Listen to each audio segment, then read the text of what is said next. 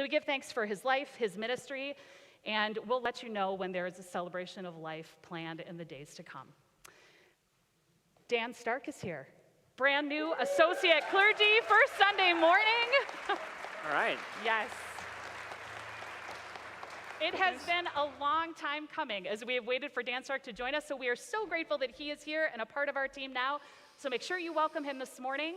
Please. And now we'll continue in worship together. You may remain seated, but let's all join our voices together in singing this beautiful carol.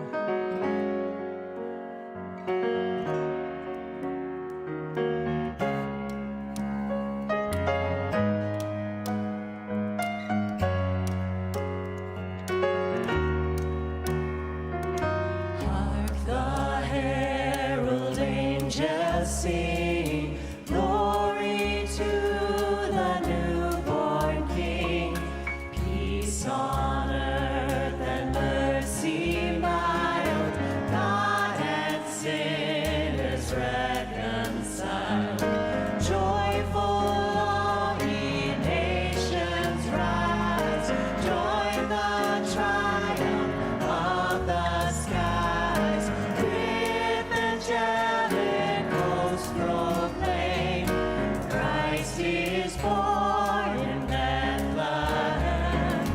Hark the herald angels sing, glory to the newborn King.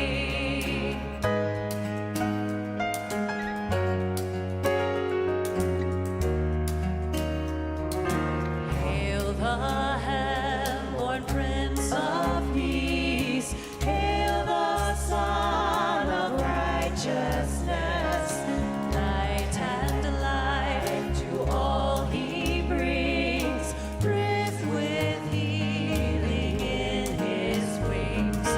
While he lays his glory by, born that man no more may die, born to raise the sons of earth, born to give a second birth.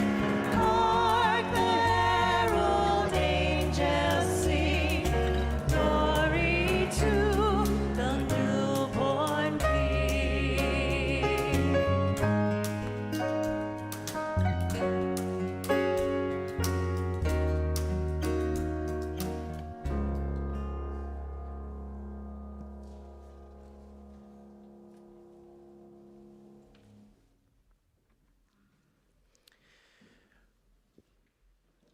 The 46th Psalm. God is our refuge and strength, a very present help in trouble. Therefore we will not fear, though the earth should change, though the mountains shake in the heart of the sea, though its waters roar and foam, though the mountains tremble with its tumult. There is a river whose streams make glad the city of God, the holy habitation of the Most High. God is in the midst of the city. It shall not be moved. God will help it when the morning dawns. The nations are in an uproar. The kingdoms totter. He utters his voice, and the earth melts.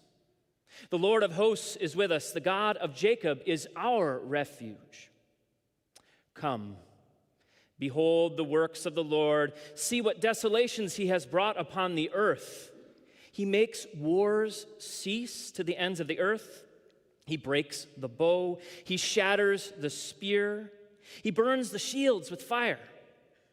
Be still and know that I am God. I am exalted among the nations. I am exalted in the earth. The Lord of hosts is with us. The God of Jacob is our refuge. Hear what the Spirit is saying to the church. Thanks be to God.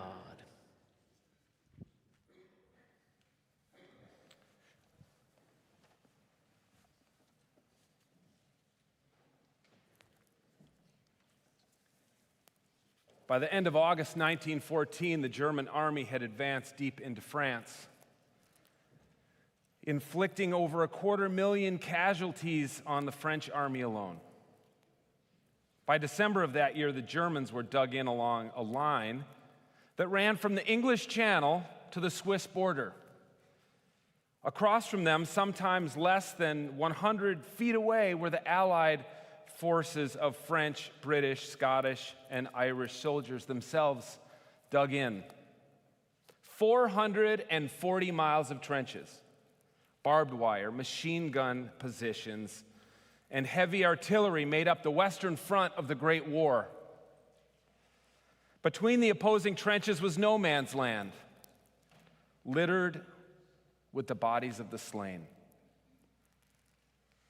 The issues that had precipitated the war were lost on most of its combatants: the assassination of an Austrian duke, anti-Serb riots in Sarajevo, increased tensions between Germany and Russia.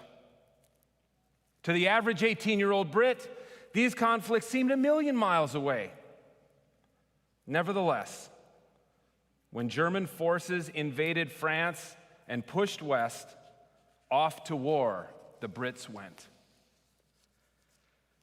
Well, you go to Flanders,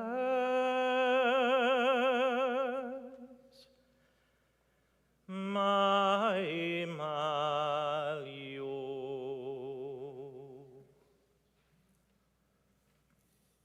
Well, you go to Flanders,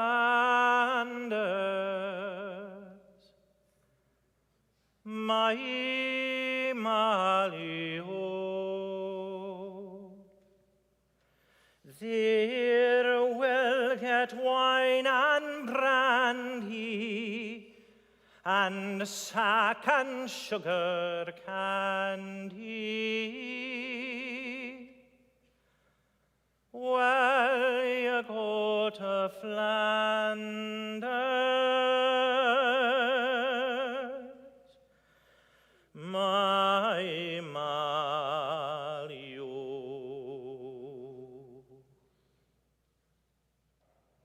By December, the war on the Western Front was a virtual stalemate. Both sides were entrenched, and neither could break the other's lines.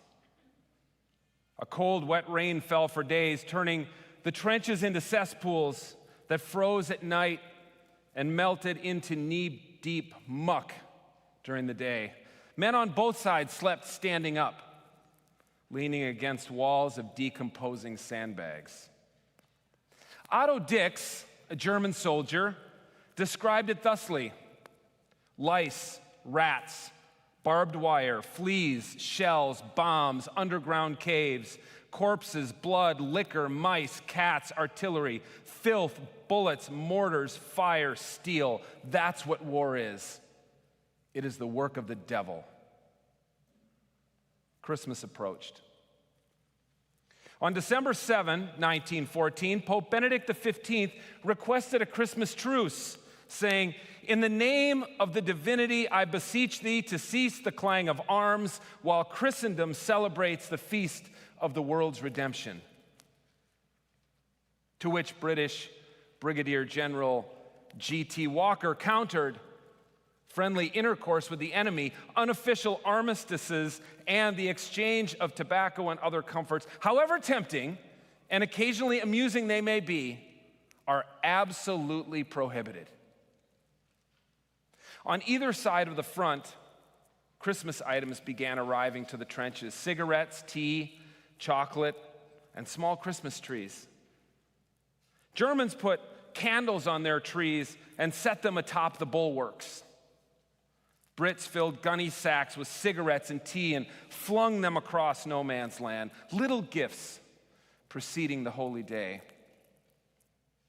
Journalists later said that they dared not report on these small acts of peace, lest the army's commanders catch wind and crack down. Christmas Eve dawned, and the fighting continued as it always did. But as the day progressed up and down the Western Front, the rat-tat-tat of rifles and the ground-shaking booms of artillery slowly ceased, giving way to a silence that the men had not heard in months. 26-year-old British Lieutenant Charles Bruce Bairnsfather felt a sense of strangeness in the air. The lack of shooting as the sun set on Christmas Eve led him to write in his diary, "It was just the sort of day for peace to be declared. I came out of my dugout, sloshed along the trench to a dry lump, stood on it and gazed at the scene around, the stillness, the stars, and now the dark blue sky. From where I stood, I could see our long lines of zigzagging trenches and those of the Germans as well. Songs began to float up from various parts of our line. The first Noel, the angels did say, was to certain poor shepherds in fields where they lay, in fields where they lay, keeping their sheep on a cold winter's night that was so deep. Noel, Noel, Noel, Noel, born is the King of Israel.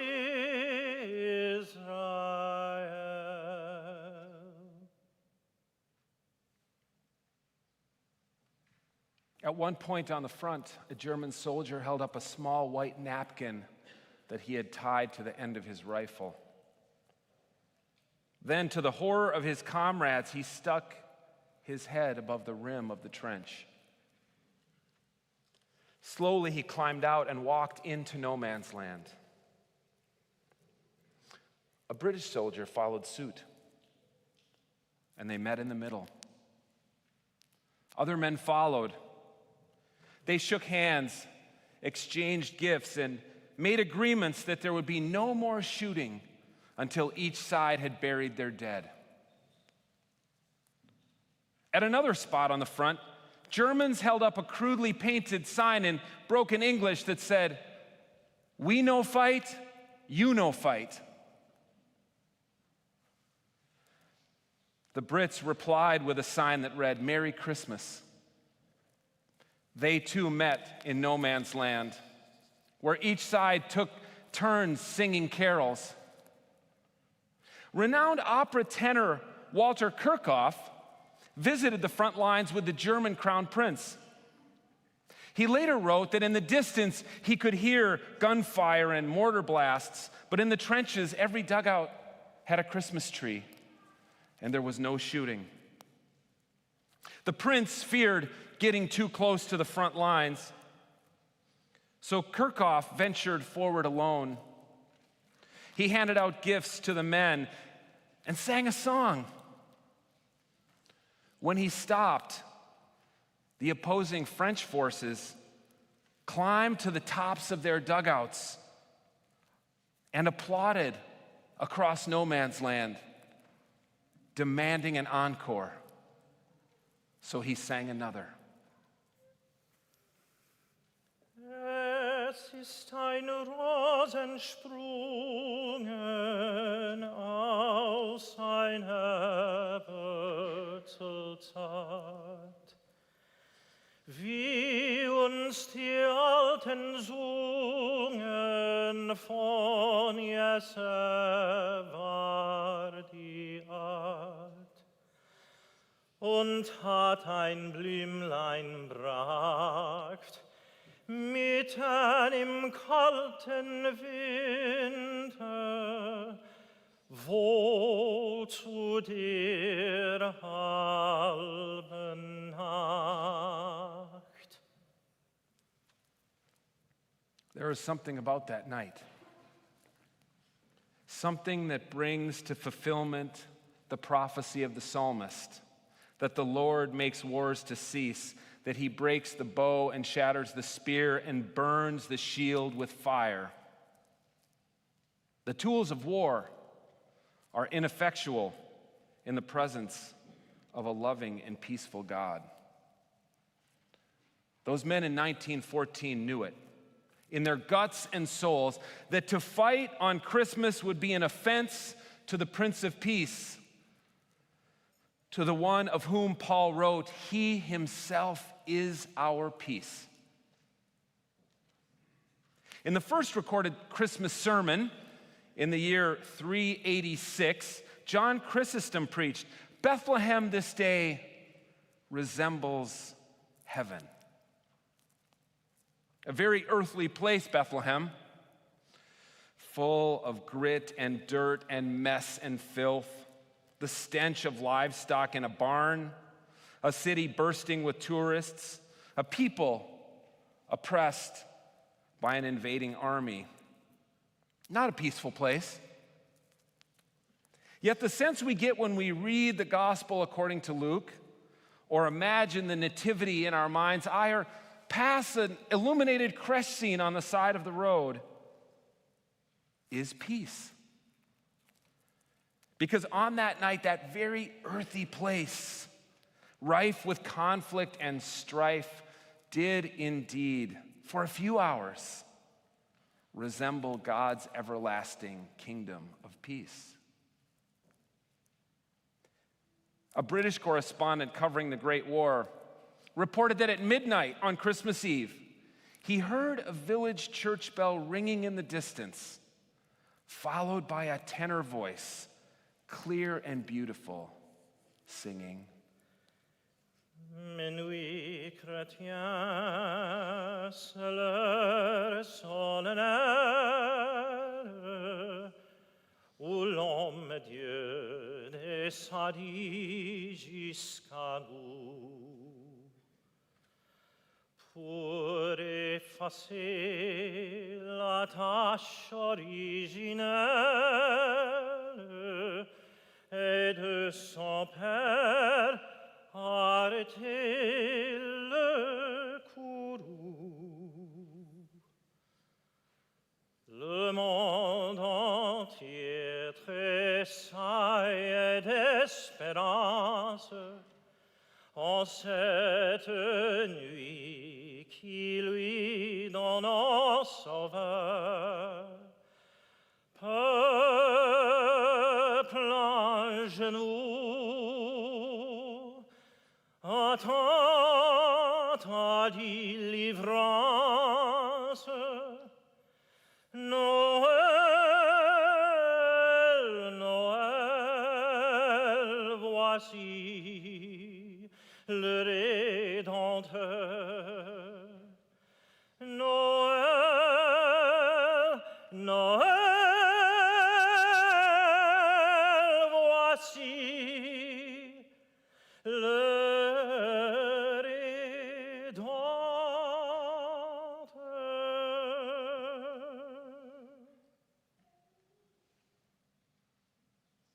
We each have our enemies. The question for each of us is whether we are courageous enough to climb out of the trenches we've dug and venture into no man's land with outstretched hand and open spirit. In the stillness of the silent night, with whom do you need to make peace? A family member, a colleague at work, a former spouse or friend?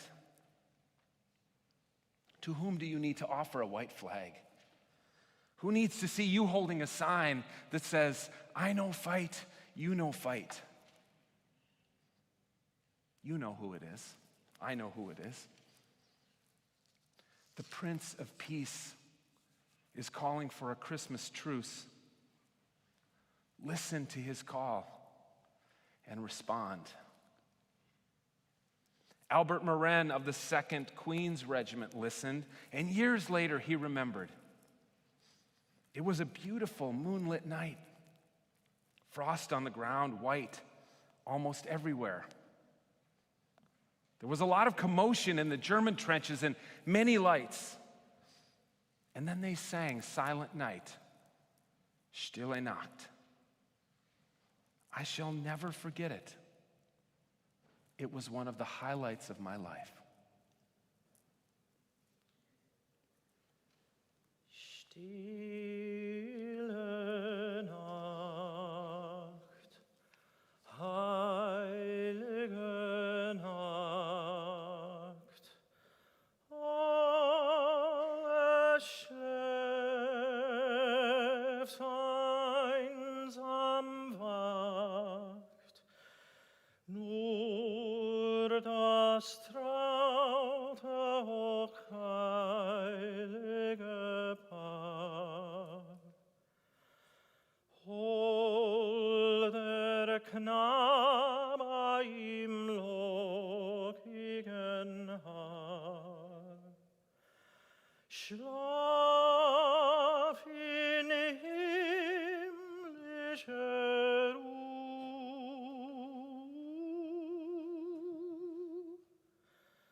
schlaf in himmlischer Ruhe.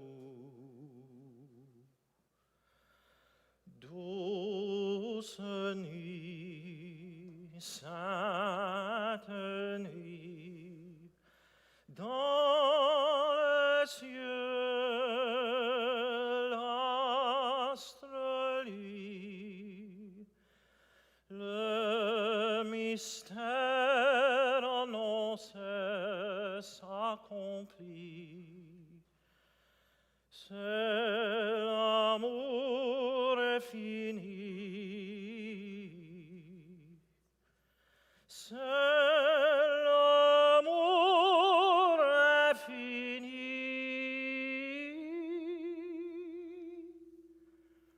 C'est l'amour infini.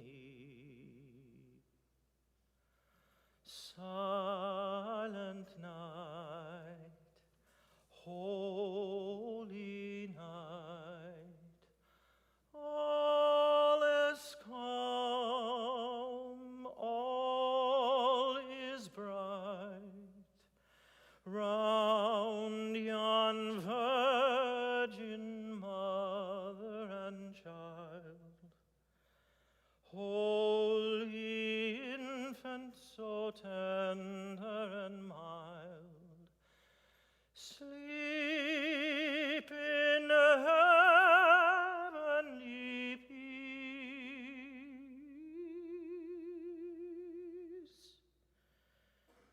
Sleep in heavenly peace.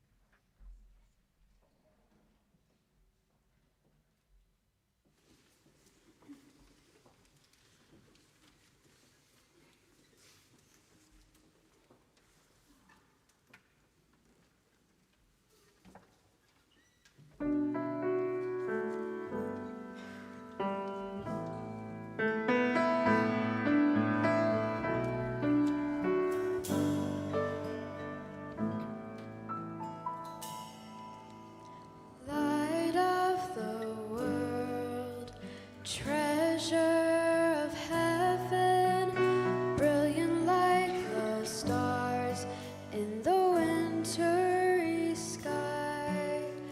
Joy of the Father, reach through the darkness, shine across the earth, send the shadows to fly.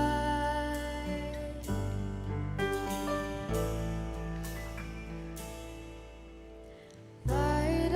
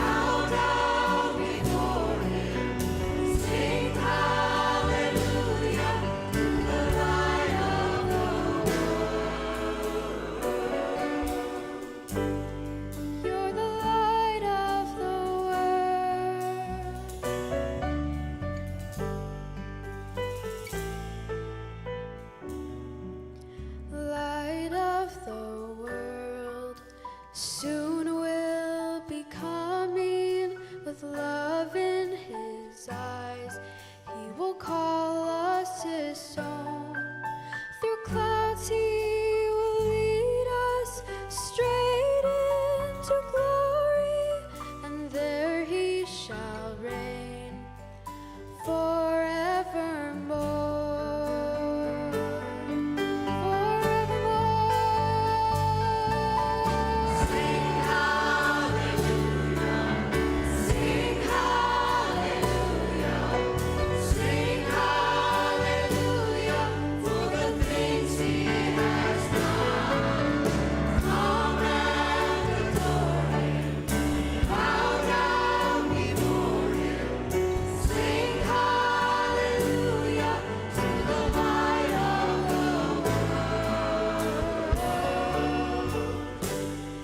You're the light of the world, the light of the world.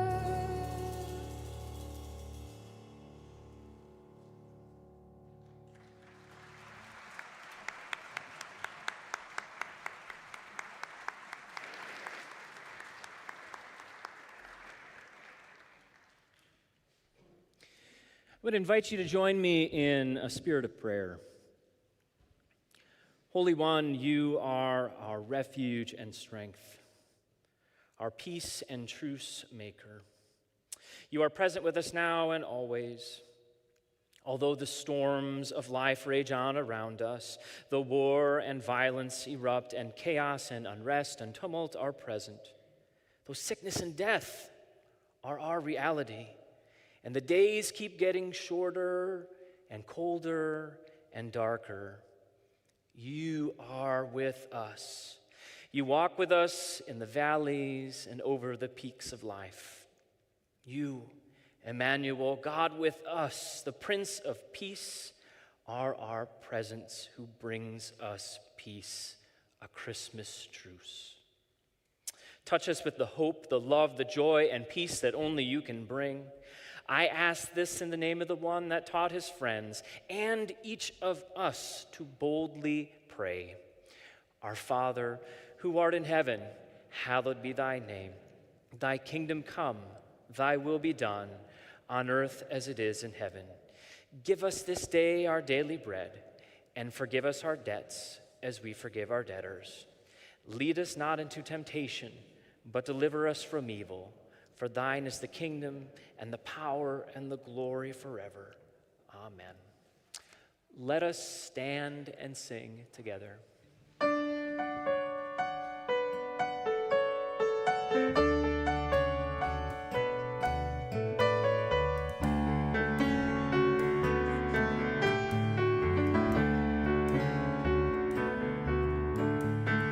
Angels we have heard on high, sweetly singing o'er the plains, and the mountains in reply, echoing their joyous strains.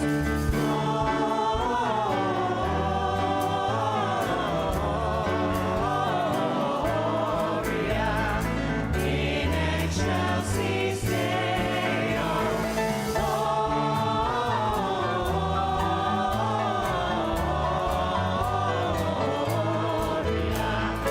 In excelsis Deo.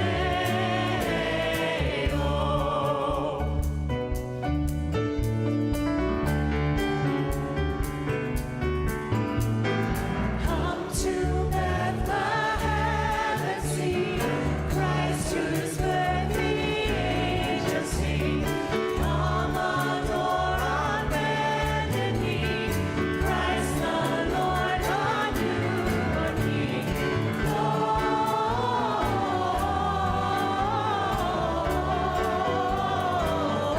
Gloria in excelsis Deo.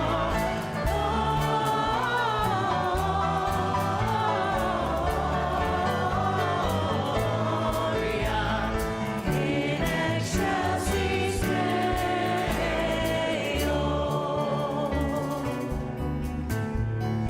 As we prepare to go, I will remind you of a few things. First, this is your last night to drive through Christmas Story and Lights between 5 and 8 p.m., so So load up the car, bring your family and friends, and drive through our Christmas experience. Second, the longest night services are happening on the longest night, this Tuesday, December 21st at noon and 6 p.m. We invite you to come to the chapel to participate in a service of darkness, a service of looking for the light together, a service of acknowledging the grief we have at this time of year as well. And then, of course, we'll see you again on Christmas Eve. I want to thank my friend Ben Johnson for singing during the sermon. Yes. You can.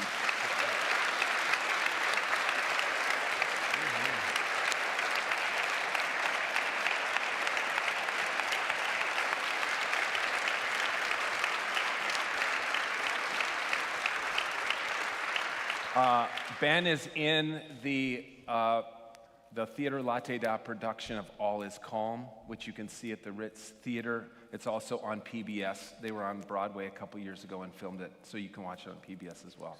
So thanks to Ben. Now, receive this very simple benediction. Go in peace. For what does the Lord require of us? To do justice, love kindness, and walk humbly with our God. Amen.